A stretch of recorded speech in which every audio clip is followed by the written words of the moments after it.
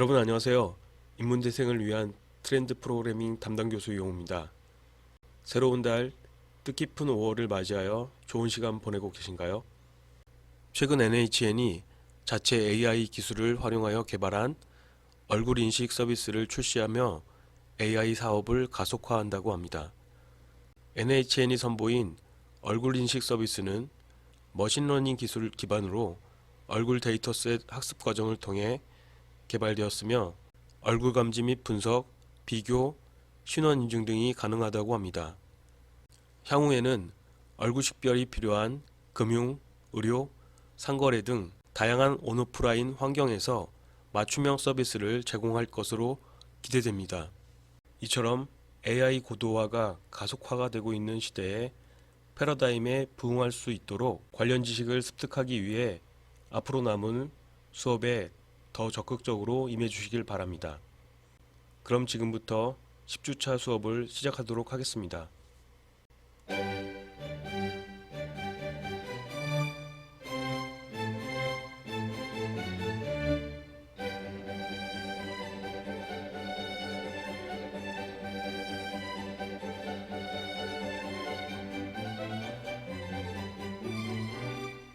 이번 10주차 수업에서는 리스트와 딕셔너리에 대하여 제2부 수업을 진행하도록 하겠습니다.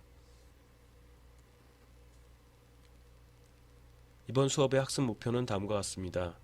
먼저 리스트에 대한 복습 및 심화학습을 수행함에 있습니다.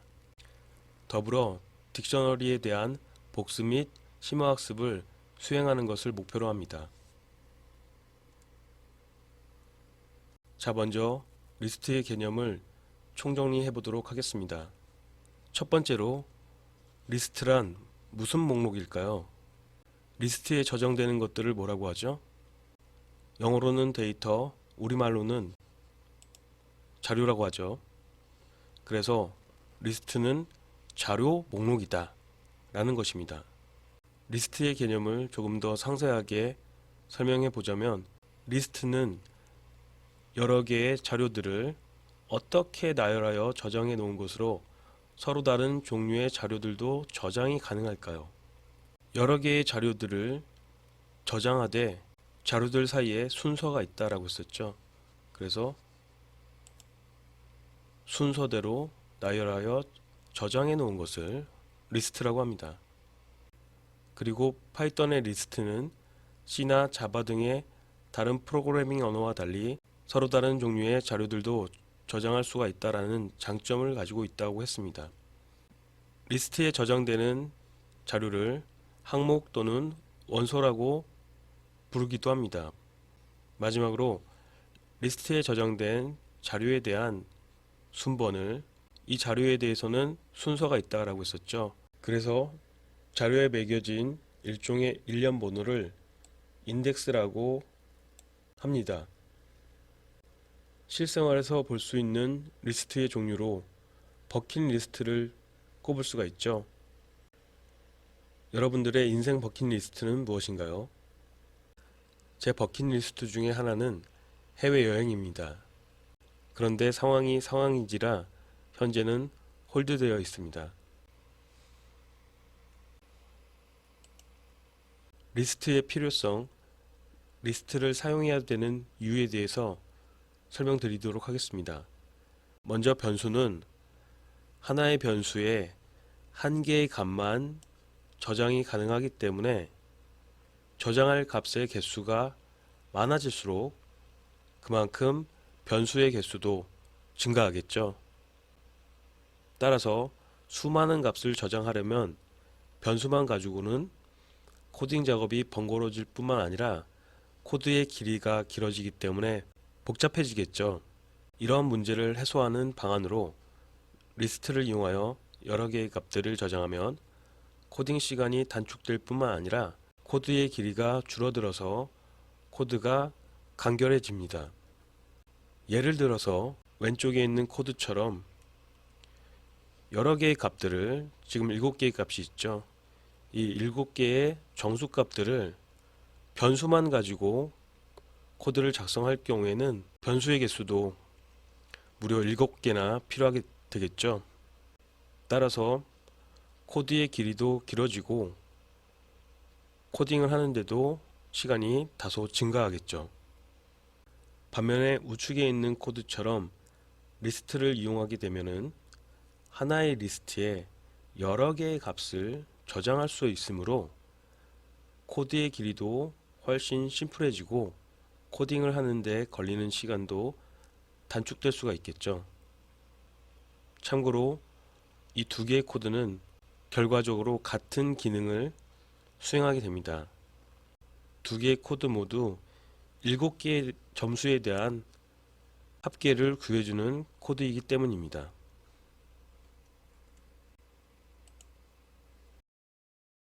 여러분, 리스트를 생성하는 방법 기억나시나요? 리스트를 생성할 때는 대입연산자 좌측에는 리스트 이름을 지정해 놓고 대입연산자 우측에는 모 안에 여러 개의 값들을 무엇으로 구분하여 나열하여 작성을 해줄까요? 첫 번째 블랭크에 대한 힌트는 괄호의 종류입니다. 소괄호일까요? 중괄호일까요? 대괄호일까요? 네, 바로 대괄호입니다.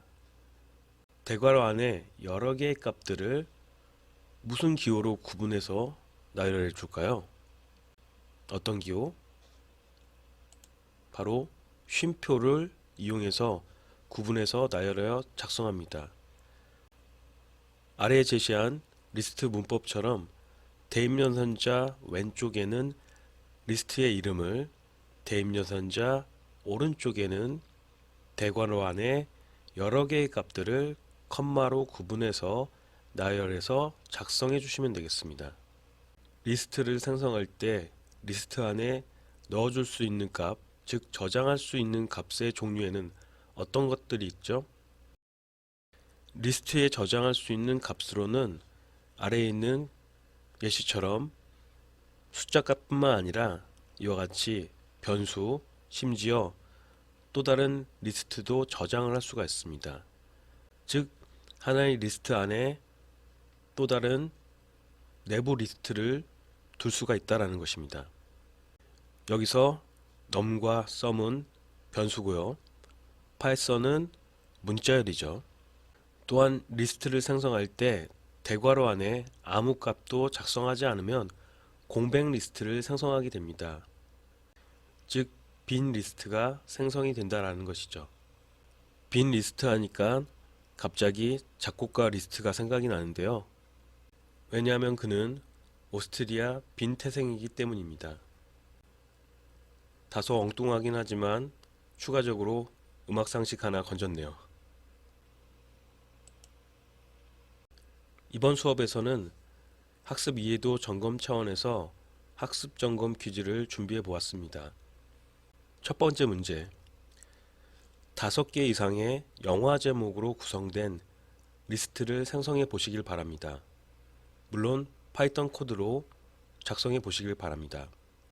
두 번째 문제, 역시 5개 이상의 음식 이름으로 구성된 리스트를 생성해 보시길 바랍니다.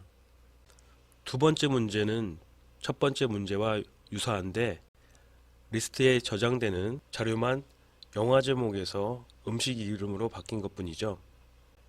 이 두 문제에 대해서 파이썬 코드로 작성하실 때 여러분들께서 좋아하는 영화나 음식들로 리스트의 자료를 구성해 보시길 바랍니다. 마지막 세 번째 문제, 6개의 로또 번호로 구성된 리스트를 생성해 보시길 바랍니다. 로또 1등에 당첨되셔도 수업은 꼭 참여해 주셔야 됩니다.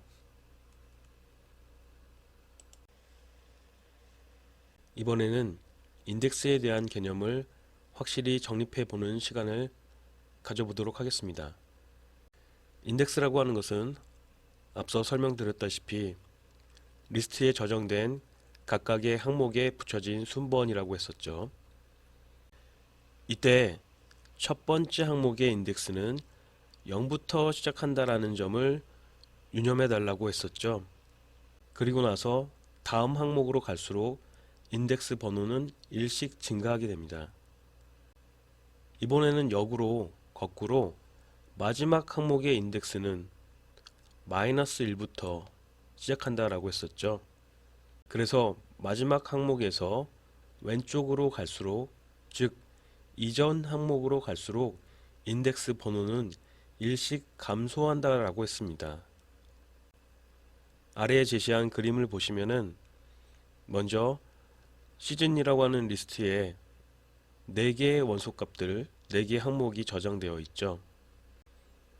이때 이 4개의 항목에 대해서 붙여지는 인덱스 번호는 스프링은 0번, 썸머는 1번, 폴은 2번, 윈터는 3번, 이렇게 해서 각각의 항목의 인덱스 번호가 일씩 증가하면서 순서대로 붙여지게 됩니다.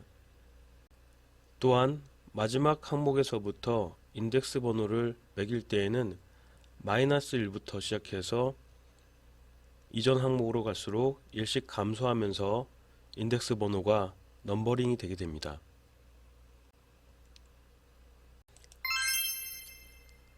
자, 인덱스는 실제로 리스트를 활용할 때 필요한 필수 요소이므로 중요하다라는 것을 거듭 강조합니다.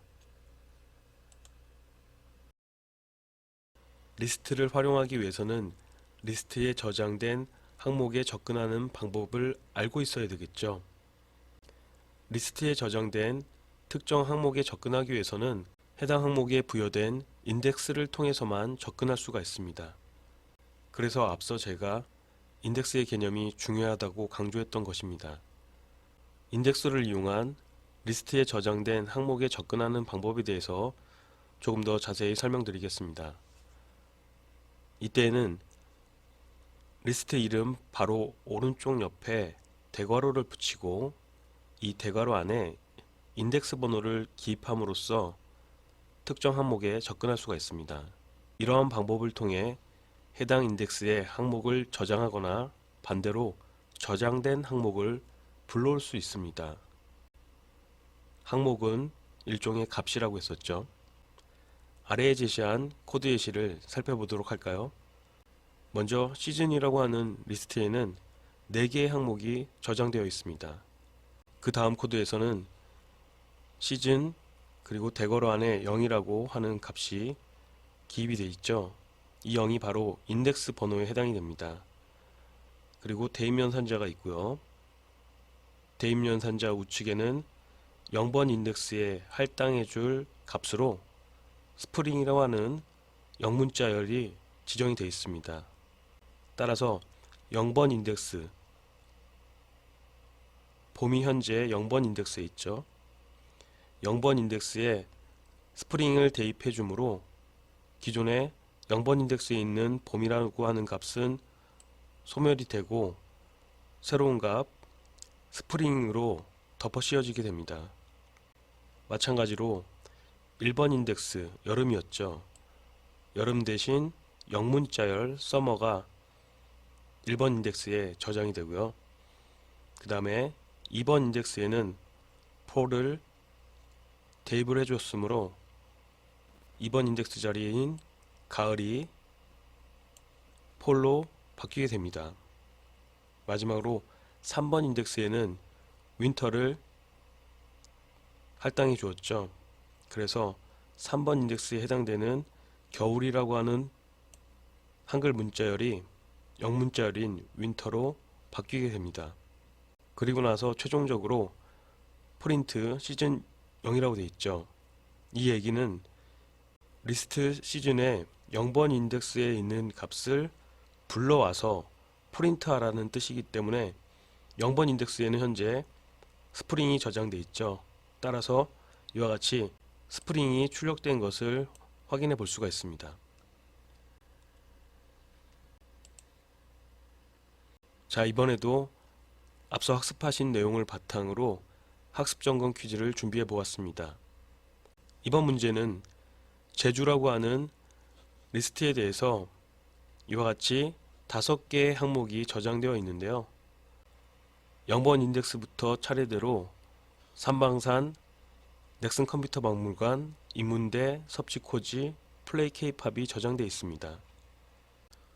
첫 번째 문제, 위에 제시한 제주 리스트에서 세 번째 항목은 인문대죠. 제주하고는 연관성이 별로 없죠. 그래서 피규어 뮤지엄으로 변경하려면 어떻게 해야 될까요? 이에 대해서 파이썬 코드로 작성해 보시길 바랍니다. 두 번째 문제, 제주 리스트에서 마지막 항목을 불러오려면 어떻게 해야 될까요? 이 역시 파이썬 코드로 나타내 보시길 바랍니다. 세 번째 문제, 제주 리스트에서 두 번째 항목을 출력하려면 어떻게 해야 될까요? 이 세 개의 퀴즈 문제에 대하여 파이썬 코드로 나타내어 해결해 보신 후 계속해서 다음 학습 내용을 진행해 주시길 바랍니다. 그런데 여러분들 그거 아세요? 제주도 섭지코지에 가시면 운 좋으면 지코나 소지섭씨를 볼 수도 있답니다. 믿거나 말거나. 자, 이번에는 리스트 관련 연산에 대하여 심화학습해 보도록 하겠습니다. 멤버 연산이라고 하는 것은 리스트의 멤버, 즉 리스트에 포함이 되어 있는지 포함이 되어 있지 않는지를 판별하는 연산이라고 볼 수가 있습니다. 멤버 연산의 종류로는 인 연산과 낫인 연산이 있습니다.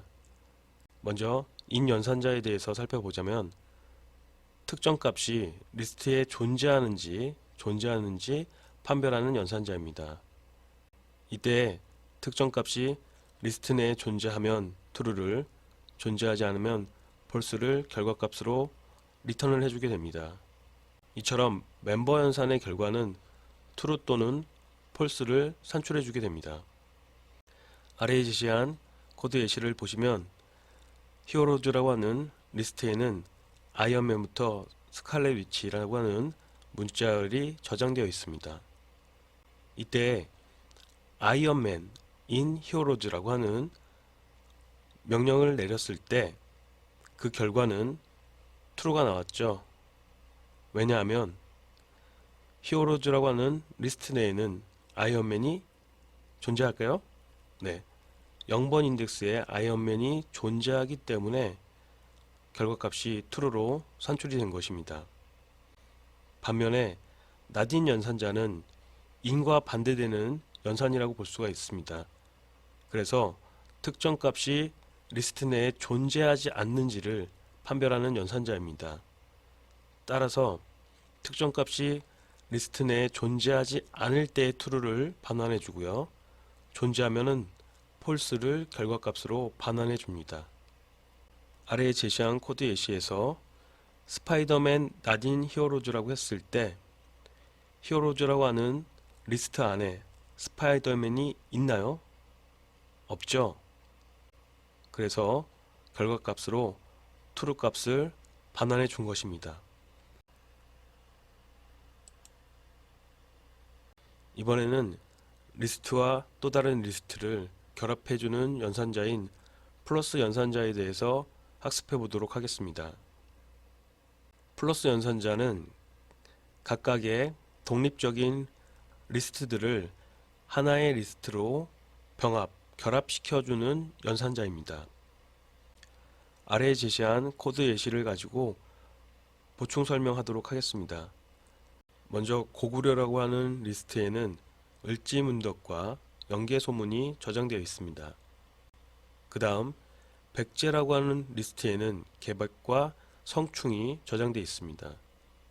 신라에는 김유신, 장보고가 저장되어 있고요. 신라하니까 생각나는 이야기가 하나 있는데요. 여러분 신라면 아시죠? 신라면은 있는데 고구려면이나 백제면은 왜 없을까요?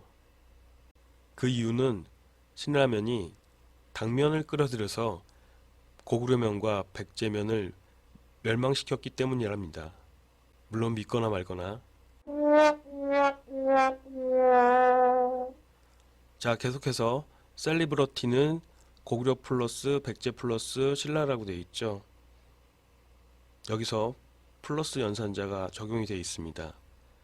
이때에는 고구려 리스트와 백제 리스트, 신라 리스트를 결합해서 통합된 리스트인 셀러브러티에 저장을 시켜주게 된다는 것입니다.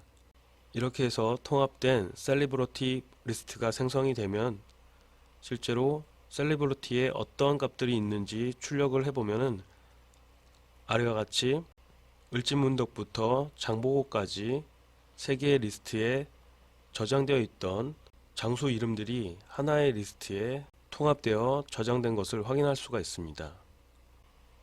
이분들 다 모으면 거의 어벤져스급이 되겠네요. 을지문덕의 성이 을지인 거 다들 아시죠? 그런데 연개소문의 성은 연개일까요? 연일까요? 만일 성이 연씨면 이름이 좀 거시기 하겠네요.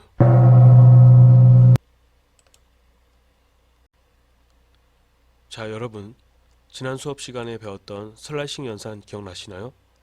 이 슬라이싱 연산은 리스트로부터 일부분을 뽑아낸다라고 해서 부분 추출 연산이라고도 합니다. 슬라이싱 연산을 수행할 때 잘라낼 범위 지정은 시작 번호와 끝 번호를 콜론으로 구분하여 작성하며 시작 번호의 인덱스부터 끝 번호 미만의 인덱스까지를 슬라이싱 범위로 지정하게 됩니다. 자, 여기서 끝 번호를 포함하는 것이 아니라 끝 번호 미만의 인덱스까지를, 즉 그 이전 인덱스까지를 범위로 한다라는 것에 유의해 주시길 바랍니다.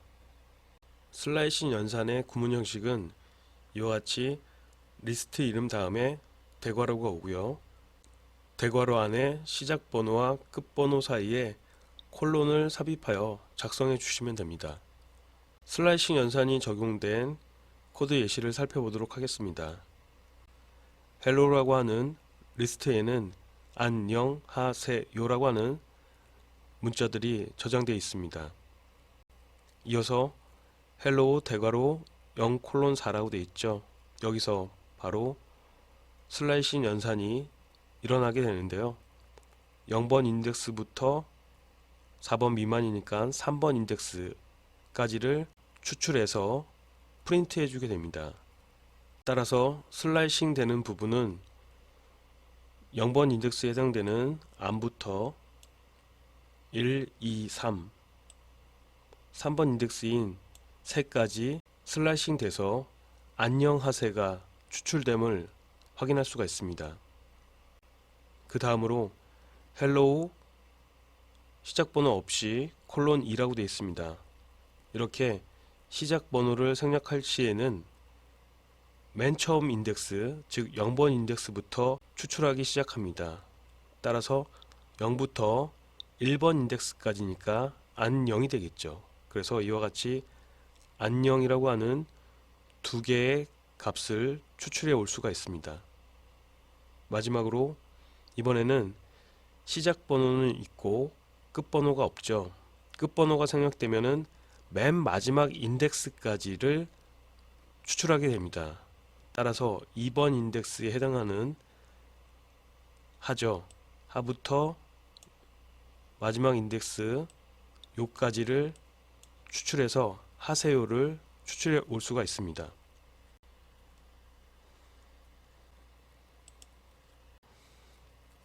자, 슬라이싱 연산의 4가지 유형에 대해서 간단하게 다시 한번 정리해 드리겠습니다.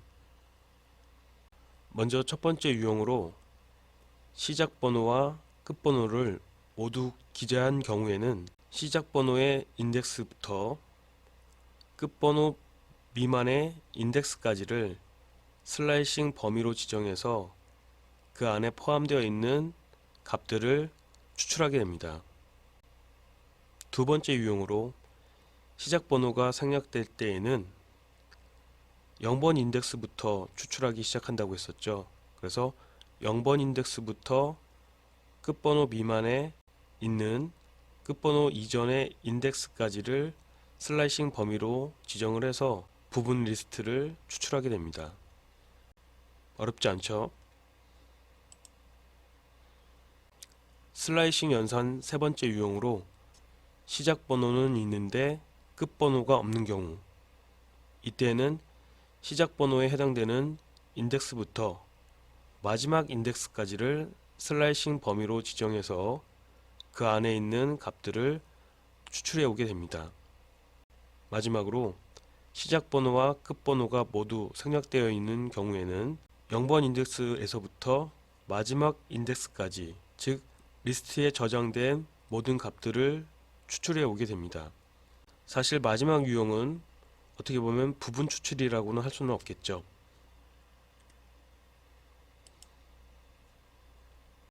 이번 학습 내용부터는 리스트 조작 함수에 대해서 다시 한번 정리해 보도록 하겠습니다. 화면에 제시한 append, insert, extend 이 세 개의 함수는 리스트의 원소나 또 다른 리스트를 추가할 때 사용하는 함수입니다.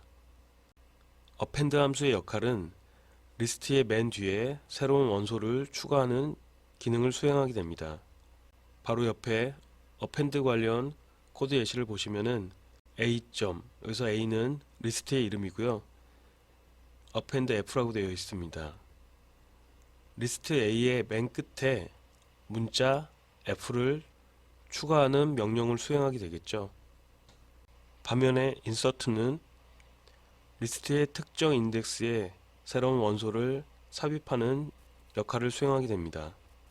예를 들어서 a.append 2,b라고 되어 있는데 여기서 2는 삽입할 위치인 인덱스 번호가 되겠습니다. 그 다음에 있는 b는 삽입할 실제 값이 되겠고요. 따라서 리스트 A의 2번 인덱스 자리에 b라고 하는 문자를 삽입해주는 명령을 수행하게 됩니다.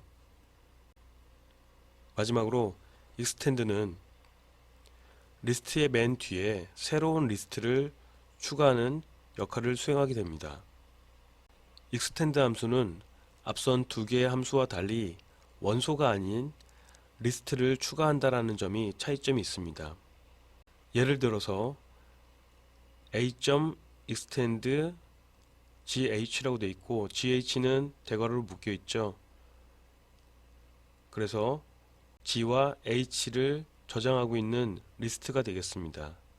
따라서 리스트 A에 g와 h를 원소로 갖는 또 다른 리스트를 추가해주는 명령을 수행하게 됩니다. 아래에 제시한 추가적인 코드 예시를 보시면은 리스트 A에 저장되어 있는 값들이 A부터 E까지 존재한다라고 했을 때 a.append fa에서 맨 끝에 f가 추가가 되고요. 그 다음에 a.insert 2,b에 의해서 2번 인덱스에 b가 삽입됨을 알 수가 있고요. 마지막으로 a.extend g라고 되어 있죠. 그래서 이 리스트에 저장되어 있는 원소 g가 맨 끝에 추가가 돼서 최종적으로 리스트 A에 포함되어 있는 원소 값들이 확장된 것을 확인할 수가 있습니다.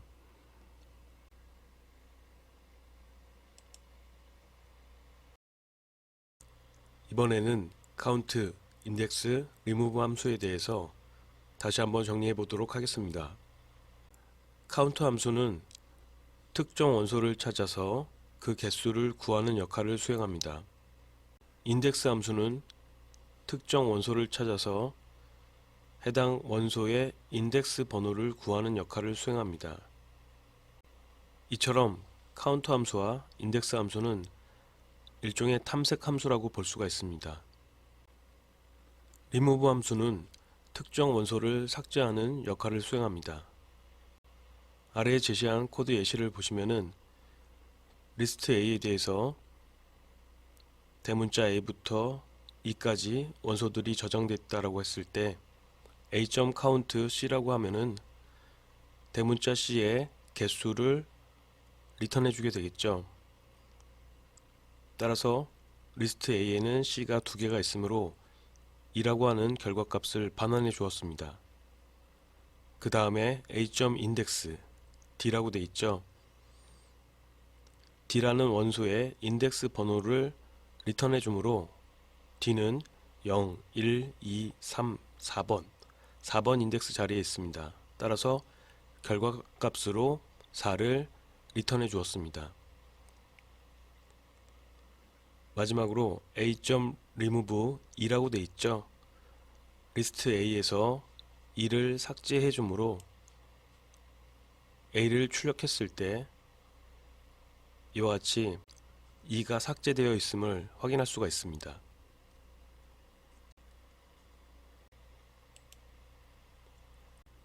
이어지는 리스트 조작 함수로 sort, reverse, len 함수에 대해서 살펴보도록 하겠습니다.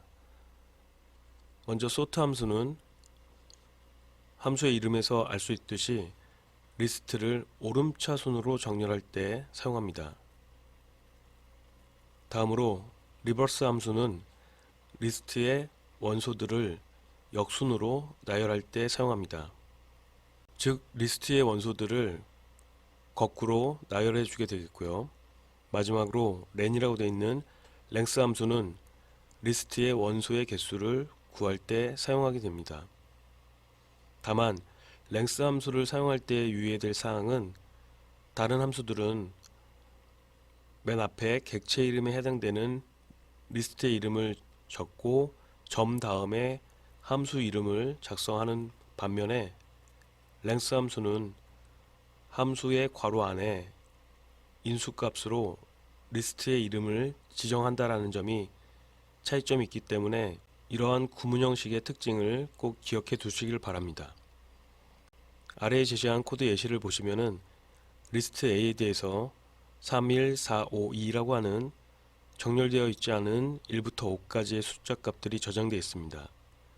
이때 a.sort라고 해서 sort 함수를 적용하면은 그 결과로 리스트 A의 값들이 1부터 5까지 오름차순으로 정렬되어 있음을 확인할 수가 있습니다.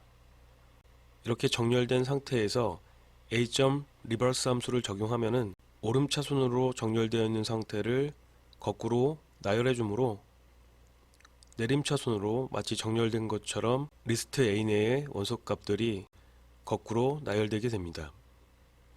여기서 추가로 length 함수를 적용한다라고 했을 때에는 이렇게 length A라고 하는 코드를 적용해 보면은 그 결과값은 5가 되겠죠. 왜냐하면 리스트 A 내에 저장되어 있는 원소의 개수가 5개이기 때문에 5라는 값을 리턴해 주게 되겠습니다.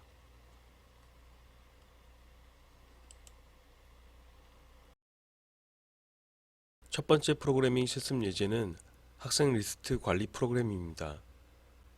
이 프로그램의 목적은 학생 리스트에 새로운 학생을 추가하면 이름 순으로 재정렬하여 그 번호와 이름을 출력해 주는 것이 목적입니다. 첫 번째 문장에서는 std 리스트에 유재석, 강호동, 신동엽이라고 하는 3개의 문자열 값이 저장되어 있습니다. 그리고 나서 프린트 함수를 이용해서 괄호 안에 있는 내용을 출력해 주었습니다. 현재 학생 리스트는 %s, 여기서 %s는 형식 지정자고요. 퍼센트 다음에 s는 영어 스트링의 앞글자 s를 따온 것으로서 문자열 형식을 뜻합니다. 그리고 나서 %std 리스트라고 되어 있죠. 이 코드는 std 리스트에 저장되어 있는 원소값들을 문자열 데이터 형식으로 출력해 주라고 하는 코드입니다. 이어서 newstd라고 하는 이 녀석은 변수죠. 인풋 함수를 이용해서 새로 추가할 학생의 이름은이라고 하는 질문 메시지를 출력해 주고 사용자가 입력한 값을 입력받아서 왼쪽에 있는 newstd라고 하는 변수에 대입을 해주게 되겠습니다. 그 다음 std 넘버는 0이라고 해서 0이라고 하는 값으로 초기화해 주었습니다. 그리고 나서 std list.append newstd라고 되어 있죠. append 함수를 적용했으므로 std 리스트의 맨 끝에 사용자로부터 입력받은 값을 맨 끝의 원소로 추가해 주게 되겠습니다. 그래서 사용자가 어떠한 이름을 입력하면은 그 이름 값이 신동엽 다음에 원소 값으로 추가가 되겠죠. 계속해서 프린트 함수를 이용해서 std 리스트를 출력해 주었습니다. 그러면 기존에 있던 리스트 다음에 사용자가 추가해준 이름값이 추가가 돼서 출력이 되겠죠. 이어서 프린트 함수를 이용해서 번호 재정렬이라고 하는 문자를 출력해 주었고, std.sort 함수를 적용해서 현재 std 리스트에 원소값들을 오름차순으로 정렬을 해 주었기 때문에, 지금은 한글이죠. 한글이기 때문에 가나다 순으로 정렬을 해주게 되겠습니다. 그리고 나서 포문과 리스트를 연동을 해서 std 리스트로부터 원소값들을 하나씩 불러와서 name이라고 하는 변수에 반복할 때마다 하나씩 대입을 해주게 되겠고요. 실제로 반복 수행하는 문장은 std number 값을 1만큼 증가시키게 되겠고요. 즉 반복할 때마다 std number 값은 1씩 증가하게 되겠습니다. 그리고 나서 프린트 함수를 이용해서 변수 std number 값을 출력해주고, 그 다음에 변수 name에 저장되어 있는 이름 값을 출력해 주도록 했습니다. 그래서 1번부터 4번까지가 존재하겠죠. 기존에는 3개의 원소값이 있었는데 사용자가 한 사람의 이름을 추가해 주었으므로 1부터 4까지의 넘버가 존재하며 각각 번호에 대응하는 이름값들이 가나다 순으로 출력이 되겠습니다. 자, 그럼 지금부터 강의 영상을 잠시 포즈해 두시고 프로그래밍 실습을 마무리하신 후에 계속해서 다음 학습 내용을 진행해 주시길 바랍니다.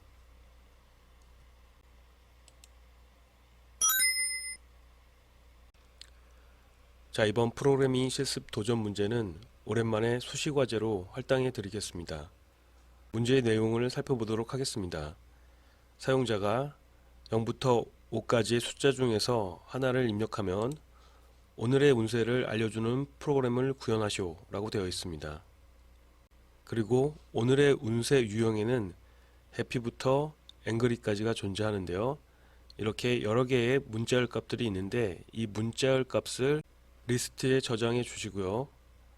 그리고 나서 input 함수를 이용해서 사용자로부터 숫자 값을 입력받도록 한 다음에 해당 숫자 값을 인덱스 번호로 활용을 해서 해당 인덱스에 대응하는 문자열을 결과값으로 출력해주는 프로그램입니다.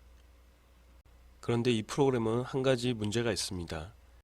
왜냐하면 이 프로그램은 몇 번만 실행시키다 보면은 0부터 5 사이의 숫자 값들이 각각의 문자열과 1대1로 대응이 되어 있기 때문에 어떠한 숫자를 입력하면은 어떠한 문자열이 출력되는지 간파가 되기 때문에 결과가 너무 뻔해지겠죠. 따라서 운세 결과를 예측할 수 없도록 사용자로부터 숫자 값을 입력받는 것이 아니라 랜드인트 함수를 이용해서 컴퓨터가 0부터 5 사이의 숫자 중 하나를 랜덤하게 추출해 내도록 해서 운세 결과를 알려주게 한다면 조금 더 재미있는 프로그램으로 개선할 수 있을 것입니다. 제가 제안한 프로그램도 한번 고려해 보셔서 실습해 보시길 바랍니다.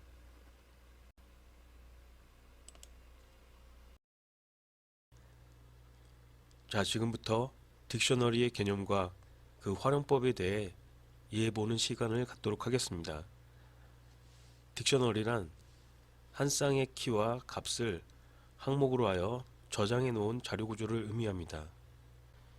딕셔너리는 리스트와 달리 인덱스가 존재하지 않기 때문에 항목 내에 값에 접근하기 위해서는 키를 통해서 값에 접근할 수가 있습니다. 딕셔너리에 처음 항목들을 저장할 때에는 중괄호 안에 키 콜론 값 형식으로 여러 개의 항목들을 콤마로 구분하여 나열하여 저장하게 됩니다. 아래 제시한 딕셔너리 구조와 같이 키와 값이 한 싹으로 묶여 있으며 키를 통해서 값에 접근할 수가 있습니다.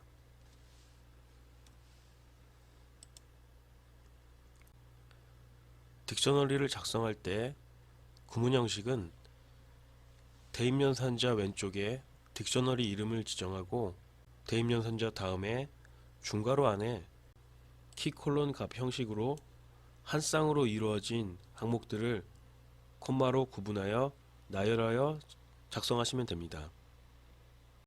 아래에 제시한 코드 예시를 보시면은 A는 그리고 대입연산자 우측에 중괄호로 여러 개의 항목들이 나열되어 있습니다. 그래서 A는 바로 딕셔너리가 되겠죠. 딕셔너리의 이름이 A가 되겠고 각각의 항목들은 이와 같이 키와 값을 한 쌍으로 구성이 되어 있습니다. 또한 키와 값 사이에 콜론이 삽입되어 있는 것을 확인할 수가 있고요. 그래서 딕셔너리 A에 대해서 분홍색 밑줄로 그어진 부분들이 다 키에 해당되는 부분이고요. 딕셔너리를 활용하기 위해서는 딕셔너리의 값을 읽어내거나 딕셔너리의 값을 쓰는 방법을 알고 있어야 되겠죠. 딕셔너리의 특정 값에 접근할 때에는 딕셔너리 이름 다음에 대괄호 안에 중괄호가 아니고요. 이때는 대괄호 안에 키를 기입하면 해당 키에 1대1로 대응하는 값에 접근할 수가 있습니다. 예를 들어서 딕셔너리 메뉴에 대해서 김밥 콜론 2000 김밥이 키고 2000이 값이죠. 또 다음 항목은 라면이라고 하는 키가 있고 3000이라고 하는 값이 있습니다. 이 상태에서 메뉴 김밥이라고 대괄호 안에 키를 기입하면은 이 키를 기반으로 키와 1대1로 대응이 되는 2000이라고 하는 값을 불러올 수가 있습니다. 이 김밥은 2000쌀로 만들었나 보죠. 다음으로 메뉴 라면이라고 했을 때에도 역시 라면을 키로에서 이 키에 1대1로 대응하는 3000이라고 하는 값을 불러올 수가 있습니다. 자, 이번에는 키를 이용해서 값을 쓰는 방법에 대해서 확인해 보도록 하겠습니다. 이와 같이 딕셔너리 이름 다음에 대괄호 안에 키를 지정하고 대입 연산자 오른쪽에 값을 지정을 해주시면은 이 값이 라면이라고 하는 키와 1대1로 쌍을 이루는 값이 됩니다. 즉 기존의 3000이라는 값이 3500으로 갱신이 되겠죠. 그래서 메뉴 라면이라고 했을 때 출력 결과가 이와 같이 3500으로 변경된 것을 확인할 수가 있습니다.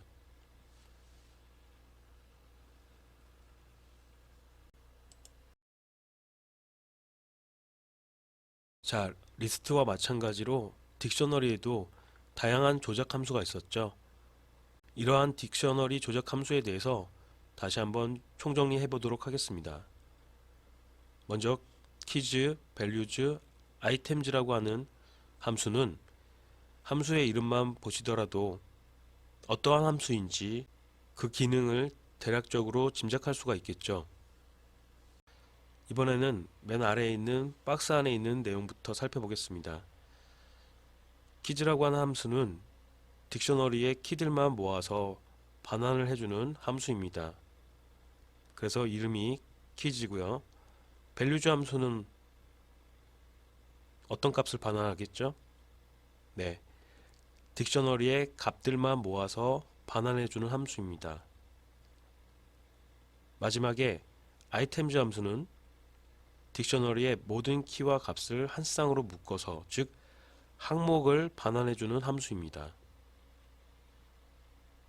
자, 그 위에 제시한 코드 예시를 보시면은 메뉴라고 하는 딕셔너리에 대해서 총 3개의 항목들이 저장이 되어 있고요. 이 상태에서 메뉴.키즈 객체 이름 함수죠. 키즈 함수를 적용했으므로 메뉴라고 하는 딕셔너리에서 키값들만 반환을 해준다라는 거예요. 따라서 김밥, 라면, 어묵이 되겠죠. 그래서 결과가 이처럼 딕트 키즈 다음에 키값들만 따로 추출해서 김밥, 라면, 어묵을 출력해 주게 됩니다. 이번에는 밸류 함수를 호출했을 때에는 값만 따로 반환을 해서 이와 같이 2000, 3500, 1000이죠. 그래서 2000, 3500, 1000이라고 하는 값만 따로 추출하여 출력한 것을 확인할 수가 있습니다. 마지막으로 아이템즈 함수를 호출했을 때에는 항목들을 모두 출력해 주므로 키와 값을 한 쌍으로 묶었죠. 그래서 세 개의 항목을 모두 출력한 것을 알 수가 있습니다.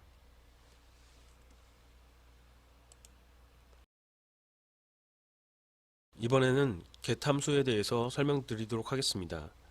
get 함수는 괄호 안에 인수로 키 값을 지정함으로써 해당 키에 대응하는 값을 추출하는 역할을 수행합니다. 위에 제시되어 있는 코드 예시를 보시면은 name이라고 하는 딕셔너리는 총 3개의 항목으로 구성되어 있으며 키는 100, 200, 300이고 값은 황복동, 황채연, 황나연입니다. 이때 앞서 학습하신 바와 같이 대괄호 안에 키를 지정하시면은 해당 키에 대응하는 값을 불러올 수가 있죠. 값을 읽을 수가 있다라는 것이죠. 그래서 100에 대응하는 황복동을 반환해 줍니다. 그런데 이렇게 키를 가지고 값에 접근할 때는 한 가지 문제점이 있습니다. 어떠한 경우냐면 아래와 같이 name 400, 400이라는 키가 현재 존재하지 않죠. 이렇게 존재하지 않은 키로 값에 접근을 시도하고자 했을 때에는 아래와 같이 오류가 발생하게 됩니다. 키 에러가 발생하게 되고요. 이렇게 존재하지 않은 키로 값에 접근할 때에도 오류 없이 결과를 출력하고자 할 때에는 바로 get 함수를 이용하시면 되겠습니다. 자, 아래에 get 함수가 적용된 코드 예시가 나와 있는데요. name.get 그리고 괄호 안에 앞서 말씀드린 바와 같이 키를 지정해 준다고 했었죠. 그래서 100이라고 하는 키를 지정했더니 100에 대응하는 값인 황복동을 반환해 줍니다. 이어서 다음 코드를 보시면은 get 함수 괄호 안에 인수가 두 개네요. 보통은 하나만 기재하는데 이러한 경우에는 첫 번째 인수로 지정되어진 키가 존재하지 않을 경우에도 두 번째 인수에 의해서 키 에러를 발생하지 않고 두 번째 인수로 지정된 문자열을 결과값으로 출력해 줌으로써 사용자는 400이라는 키는 존재하지 않는구나, 발견되지 않는구나 라는 것을 인지할 수 있도록 해줍니다. 따라서 두 번째 인수는 오류 처리를 할 때 사용하는 메시지라고 보시면 되겠습니다. 오류 메시지처럼.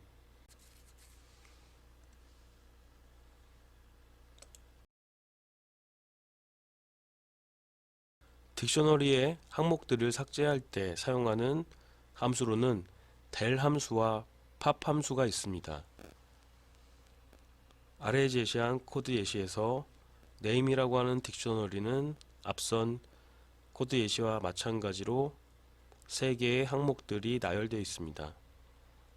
이때 del 함수를 이용해서 name이라고 하는 딕셔너리의 키가 100인 항목에 대해서 del, delete, 삭제하라는 뜻이기 때문에 100에 해당되는 항목은 100콜론 황복동이죠.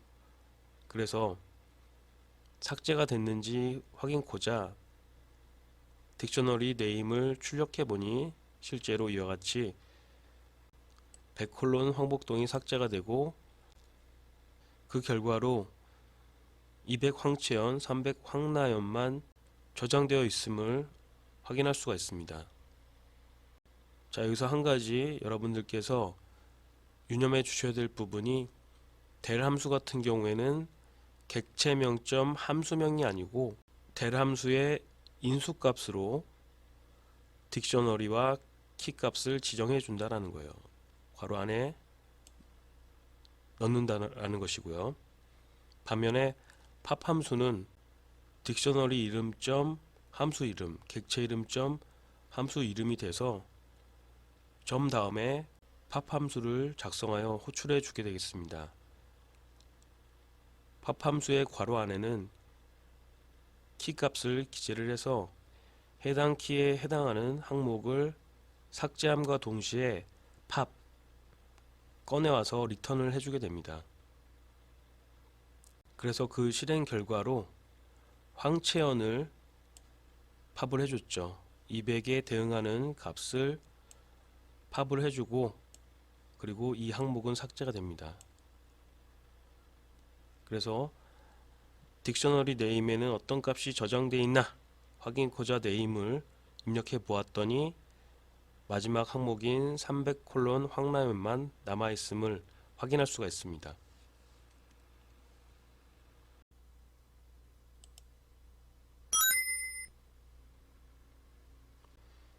이번 프로그래밍 실습 예제는 프로그래밍 실습 보고서 작성용 예제로 할당해 드립니다. 이 프로그램은 도서 목록 출력 프로그램으로서 실용적인 도서 관리 프로그램의 베이스가 되는 프로그램이라 할 수가 있습니다. 이 프로그램의 목적이자 기능은 저자명과 도서명을 딕셔너리에 저장한 후 추가적으로 사용자로부터 저자명과 도서명을 입력받아서 딕셔너리에 저장된 도서 목록을 출력해 주는 것입니다. 자, 그럼 코드에 대한 설명 들어갑니다. 북이라고 하는 이름의 딕셔너리는 저자명과 도서명을 한 쌍으로 해서, 즉 저자명이 키가 되고 도서명이 값이 되겠죠.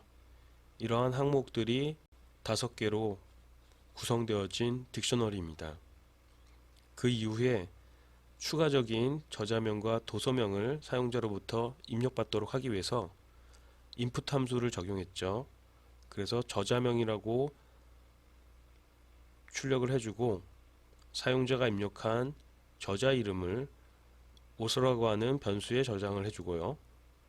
이어서 도서명에 대해서는 bookname이라고 하는 변수에 저장을 해주었습니다. 그 다음에 book, 여기서 book은 딕셔너리 이름이었죠. 그리고 대괄호 안에 앞서 변수 author를 키로 해서 변수 bookname에 저장되어 있는 값을 딕셔너리에 저장을 해 주었습니다. 즉 사용자가 입력한 저자명과 도서명을 한 쌍으로 해서 딕셔너리 book의 맨 끝에 추가를 해 주었습니다.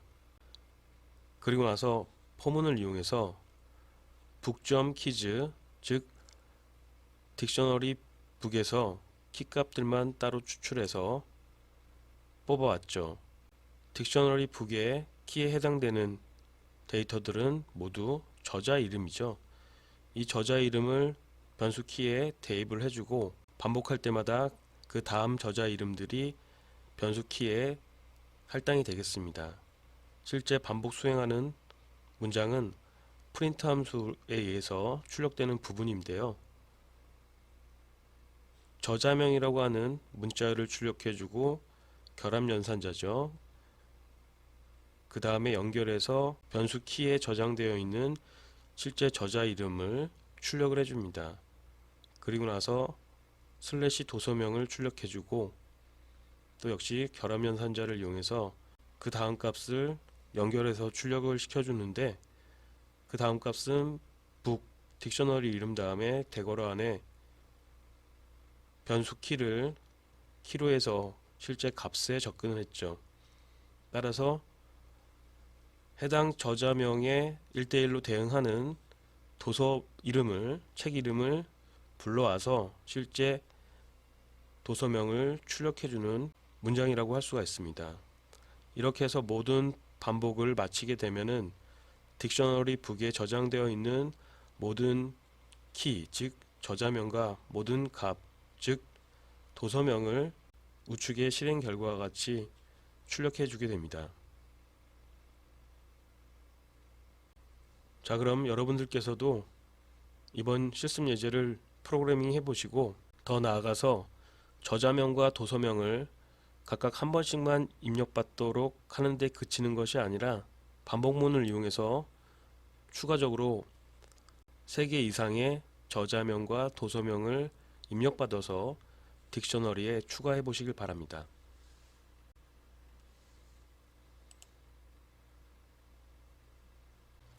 이번 10주차 수업은 여기까지입니다. 아무쪼록 즐겁고 유익한 수업이 되었길 바랍니다. 덧붙여 이번 5월에는 그동안 잊고 지냈거나 소홀했던 고마웠던 분들에게 따뜻한 안부 메시지를 전해보는 것은 어떨까요? 그럼 좋은 한 주 되시길 바라며 이상으로 10주차 수업을 마치도록 하겠습니다. 수고하셨습니다.